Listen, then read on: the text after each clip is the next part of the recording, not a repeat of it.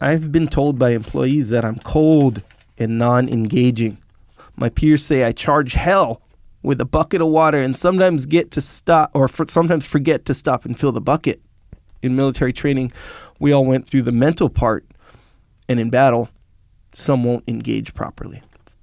I treat my business the same way as I fought. In a firefight, my mind was clear, focused on the objective, and being aggressive always. Why should my business be any different? Delegate and don't quit until you accomplish the goal. Is this wrong? So let's start with cold and non-engaging. I get that people have different levels of emotional responsiveness. I get that. I'm probably a little bit on the low end of that in terms of being super emotionally responsive. Agree. I don't really get mad. I don't usually get frustrated. But at the same time, as a leader, you have to show some emotion. And if you show no emotion at all, then you aren't a person, you're a robot. And robots don't really connect with people. And so you don't form any relationships. And if you don't form good relationships, you're not going to have a good leadership connection with your team. That's the way it is. So you got to show some emotions. You don't need to get all wild. And in fact, as a leader, your emotions should be controlled. They should be, if a normal person's emotions go from 1 to 10, a leader should be like, at 3, maybe 4. And they shouldn't go beyond that. And I've talked about this before.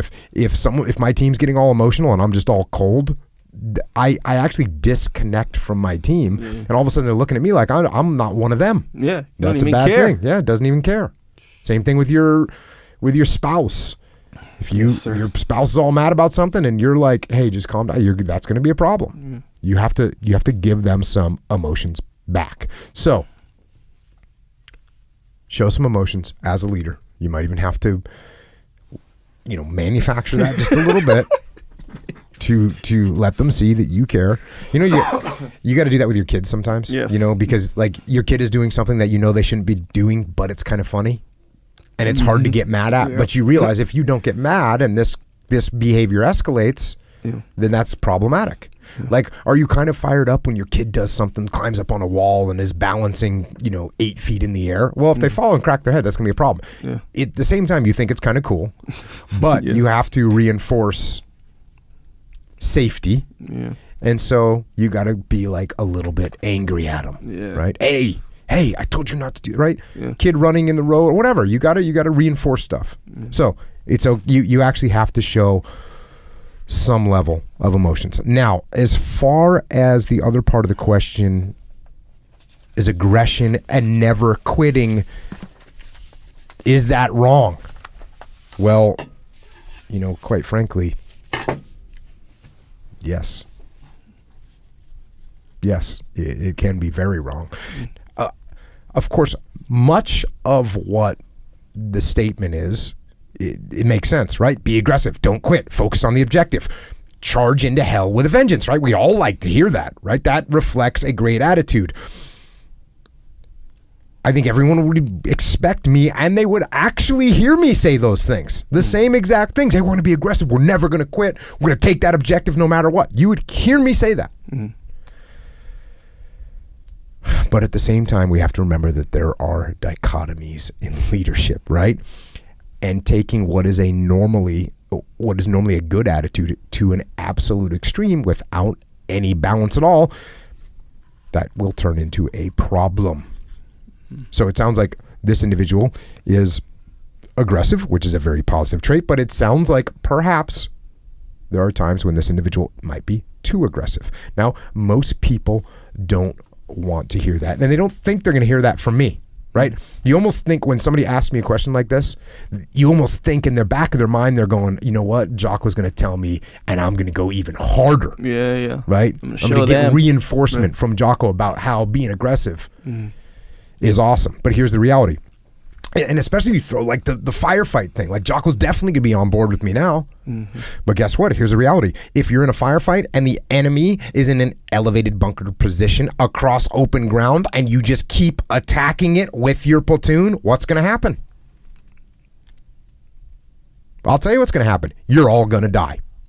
That's what's going to happen. Mm-hmm. So you're all fired up. You're all aggressive. You're never going to quit, and you're all going to die. Mm-hmm. Does that help us? Does that help us achieve our overall strategic objective? Mm-hmm. The answer is no. If you pull back for a minute, if you detach for a moment, mentally and possibly physically as well, you will likely see that there's a better approach. Oh, how about we call for fire support? Mm-hmm. How about we put down some cover, lay down some suppressive fire and move around to the flank of the bunkered position? There's a bunch of different ways that you can get this done in a much more survivable way. Mm. But the fact is, if you're always aggressive and your mindset is I am not going to quit, then you won't see those other solutions. And yes, that is problematic. Yes, that is wrong. And it's the same thing in dealing with people. If people don't respond to your leadership and your reaction to that is just to get more and more aggressive with them, they aren't likely to come around, right? In fact, they are likely to either become hostile towards you because you're being aggressive towards them, or they break, which each one of those is problematic, bad results. Either my team becomes hostile towards me or I break my team. Mm-hmm. Either way, it's bad. So being aggressive all the time, no, not good. And same thing could be like I default aggressive, right? I literally teach people to be that way. Mm-hmm. But if you go too far with it, you'll end up in a bad situation. Same thing with don't quit, right? Mm-hmm. Of course, don't quit. Great attitude. My attitude is I'm never going to quit. Mm-hmm. I want everyone on my team to have that attitude. I have that attitude. Mm. That's like the saying in the SEAL teams. Don't quit. Never quit. Mm-hmm. But you have to be very, very careful that you don't confuse don't quit with don't try any other solutions or don't deviate from the original plan no matter what. Yeah. Hey, I'm not quitting. I'm just going to keep doing the same thing over and over again. Right. I'm going to keep going forward with the same plan. The plan isn't working. Yeah. Okay, but I'm not a quitter. I'm just going to keep doing the same plan. Right. That's not good. Mm-hmm. That's not good. Don't quit means you don't give up. Don't quit actually means try different solutions if one of them isn't working. Don't quit means keep an open mind. Don't quit means you don't quit thinking. Don't quit thinking, and then don't quit means you continue to keep thinking and keep addressing a problem and keep attacking the problem until you do accomplish the mission. But you do that through multiple different avenues, not the same avenue the whole time. That's how you lead. That's how you get aggressive. That's how you actually never quit. And by the way, that is how you win. Yeah, man. Yeah, that morale thing. Remember, you were talking about morale. Mm-hmm. Actually, a lot. Where, you know how like some bosses, they'll be like, hey, I'm not here to make you feel good, or I'm not here to make friends, or whatever. Mm-hmm. You know, and sometimes like behavior or whatever, thinking like that can lead to behavior that makes people like not want to work for you or not feel good about the job. Like, I'm not happy about what's the use of making someone do the job if they don't feel good about doing it? You know, like the morale is down. I used to think, well, morale, like people need to just toughen up, you know, like freaking morale. You don't just not do something just because you're not feeling good that day kind of thing. I thought that too. But man, if you have a group of people who they all don't want to do it, no, they're not going to do it. It's a problem. At the end of the day, they're going to not do it. Well, they might do that one thing that day. Yeah, I mean, and then over time they're going to break down for sure. Yeah, you're not leading them in the right direction. Yeah, you can look, forcing people to do things when you're in a position of authority. You can do that. Yeah, that works. That's functional. That's a thing. It'll work a little bit. Yeah, right. But over time, will you end up with a team that really will perform well and will continue to drive when they hit obstacles? No, you won't. You'll end up with a team that's doing what they're being told to do out of fear. Yeah. And that team is going to get beat by the team that is doing it because they want to do it. Yeah. Yeah. So if it's like, you know, the guy who, you know, I don't think that my boss cares about me. In fact, I think that he kind of doesn't care about me. That's what I think. You're not going to do a lot of extra effort to support your boss if that's I'm sure the situation. Won't want to. Next question, Jocko. Do you talk about you talk about building relationships a lot at work, even when people whom you might not like, even with people whom you don't like? Have you always been this way, or did you also feel difficulty in wanting to build relationships with those people? If the latter, what are the things that help you to actually want to build relationships with them? Thanks. So, when I was a young SEAL, I was pretty typical young SEAL, pretty typical young man. Sure. Meaning I thought I was invincible. I thought I could beat everyone in a fight because I didn't know jiu-jitsu, so you just think you're just going to win, but that you're wrong. I thought I knew everything, of course. And I thought I was smarter than everyone else. Kind of typical. Sometimes I would rub people the wrong way. And the people that I would rub the wrong way were especially people that I thought were not squared away in the chain of command. So if you weren't square, if you were my boss and I didn't think you were squared away, I was going to rub you the wrong way because I was going to be slightly offensive. Yeah. As a matter of fact, I got an evaluation. It's one of the first evaluations that I got when I got to a SEAL team. And back in the day, you were rated 4.0 was the highest you could get, and it would go all the way down to whatever, like 1. But at this time, basically everyone got 4.0 and everything, right? You basically got 4.0 and everything. Yeah. And like you'd have to mess up. You'd have to mess up to deviate from the 4.0. So I got all 4.0s. And I got a 3.8, which was like a major dig. Sure. And the dig was in, I think it was like in relation. Like, I don't know what the word was, but when I got debriefed on it, what the guy that gave me the 3.8, what he told me, which I actually was proud of because that's how stupid I was. He's like, sure. You're too hostile with people that aren't squared away. That's literally what he told me. You figured it out. And I was all like, whatever. You're damn right I am hostile towards people that aren't squared away. I'm here to go to war. Yeah. Right? Just an idiot. That's what the situation was. And it made me mad if a leader was weak, and I would form these antagonistic relationships with leaders if I thought that they were weak. Mm-hmm. And one of these bosses eventually that I thought I was better than, right? I thought I was smarter. I thought I was smarter than him, right? I thought that he was an idiot. Sure. I should have his job, right? How often do you think that, right? Mm-hmm. I should have that guy's job. I'm better than them. Yeah. I'm smarter than them. Yeah. And the more I showed this attitude, the worse our relationship got, and the less he listened to me, and the less influence I had over how we did things. Mm-hmm. And therefore, the worse we did, and the worse our ability to perform got, because he was just doing things the way he thought without any good input from anyone below him in the chain of command. All because I had formed this antagonistic relationship with him, which was bad, because then he's not listening to me. And then one day I said to myself, if I'm so smart, if I'm such a smart guy, why am I losing? Why am I losing? If I'm so smart, if I am so smart, why can't I get this guy to do what I want him to do? Even though he's my boss, doesn't matter. If I'm so smart, and I'm so much smarter than him, why can't I get him to do what I want him to do? Why? If I'm so smart, how come I can't have more influence over the way we operate? If I'm so smart and he's so dumb. Mm-hmm. And that's when I realized. That's when I had an awakening. An awakening that instead of blaming him for being stupid, I was the one who was being stupid.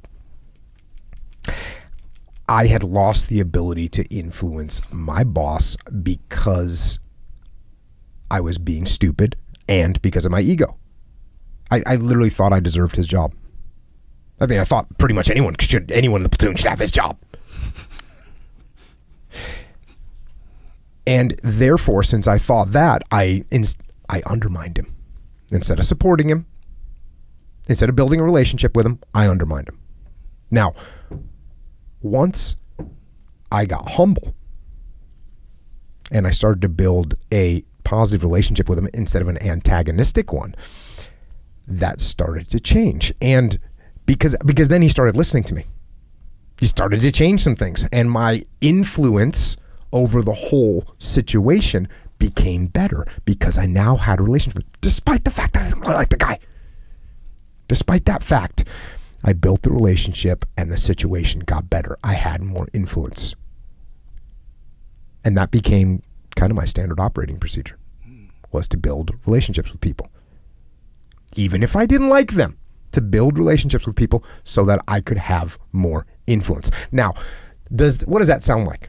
Right? That sounds like I'm kind of this manipulative, two-faced, superficial, disingenuous guy. Yeah. That's being devious and conniving. Not keeping it real. Not keeping it real, right? But the fact is, that is not true. That's not who I am. You want to know who I am? I'm a guy that's trying to accomplish the mission. That's what I am. I'm a guy that is trying to accomplish the mission, who is putting my own ego in check to build a relationship with someone that I don't like, that I don't respect, but what I'm trying to do is improve our operational capability. That's what's more important to me. Trying to arrange the situation, build the relationship so that we do better. Not so that I get promoted, not so that I'm getting some accolades, but so that we as a team do a better job. Put the little feelings aside because I want the team to win. So if you're having some trouble getting over your feelings and getting over your ego to build relationships for the good of the team, ask yourself the same question I asked myself a long time ago, which is this: if I am so smart, why am I not winning? And if you answer that question honestly, then you'll put your ego in check. You'll go build the relationships that will make you and your team accomplish the mission and win. There you go. Can't help but agree with that one. You know what's funny is we think about like why you wouldn't like someone. Mm-hmm. What causes you to not like someone? Most of the time, that's your ego anyways. Most of the time, that's your ego anyways. Yeah, and so you had that story of the you were consulting somebody. It was like a big CEO of a company, so like a lacrosse guy. That story is probably the most common story. I mean, the way you handle it, different. But that scenario that you started with that story, so common, man, where, they rub you the wrong way because right off the bat, you see him as some kind of competitive figure to you. Like they're, you're competing with them in your own mind, in whatever. And the feeling's probably mutual a lot of the time, so you guys don't like each other. Anything he says, you're already defensive. But it's weird, man, how that happened. Like, that's happened to me before. It wasn't as overt, but just like, I don't really feel that guy. I don't like, because not only is he like, when you look at him or whatever, they're kind of competitive with you, but maybe they do something just this much different than you, like a just different in philosophy or something like that. So it's like, oh, I'm against that guy. And then they open their mouth and say one word to you and it's real nice. You're like, oh, I love that guy. Just one little thing, just one little like, hey, I'm cool. I like you kind of thing. And it's like, oh, man. Yeah, when they say something humble to you, it disarms your ego and all of a sudden you're bros. Yeah. So weird how that is. But if they don't, if they escalate the ego situation, then it's very problematic. It happens all the time, Happens too, man. all the time. I mean, really, that's the natural course of things, because you do have to put on the brakes on your feelings and be like, okay, let's make a different kind of decision than the automatic one. I got to switch to manual real quick, and then boom. But the bottom line is you're going to interact with all kinds of different people. If you're in any kind of team whatsoever, which is most human beings interact with other human beings through their job, through their life. I mean, you could apply this to your family too, right? There's someone in your family that you don't get along with. Well, what good does it do? Does it make your family unit better when you let those emotions play out and let your ego play out? No, it doesn't. You're better off. You'll get further, and you'll have a better life in your family if you put your ego in check and say, you know what, I'm just going to build a relationship with this person. It's going to make everything better and smoother. Bro, it's like, man, I feel like you can take the place of any marriage counselor by just saying that. For real. Like, all you got to do is, and they got to do it, but all you got to do is ask, like, is this going to help the relationship with my wife or my family or whoever it is is this going to help the relationship if I do this or don't do this, or is it going to hurt it? And that's it. That's super general question or whatever, but it's so cut and dry most of the time. Yeah, of course, there's exceptions, but generally speaking, it's pretty cut and dry. You'd be like, okay. A lot of time, just like I said, it has to do with like your ego or your, this sense of vengeance, little micro sense of vengeance, because I can't believe she doesn't respect the fact that I took out the trash. She asks me to take the trash all the time. Finally, when I do it, nothing. It's just that.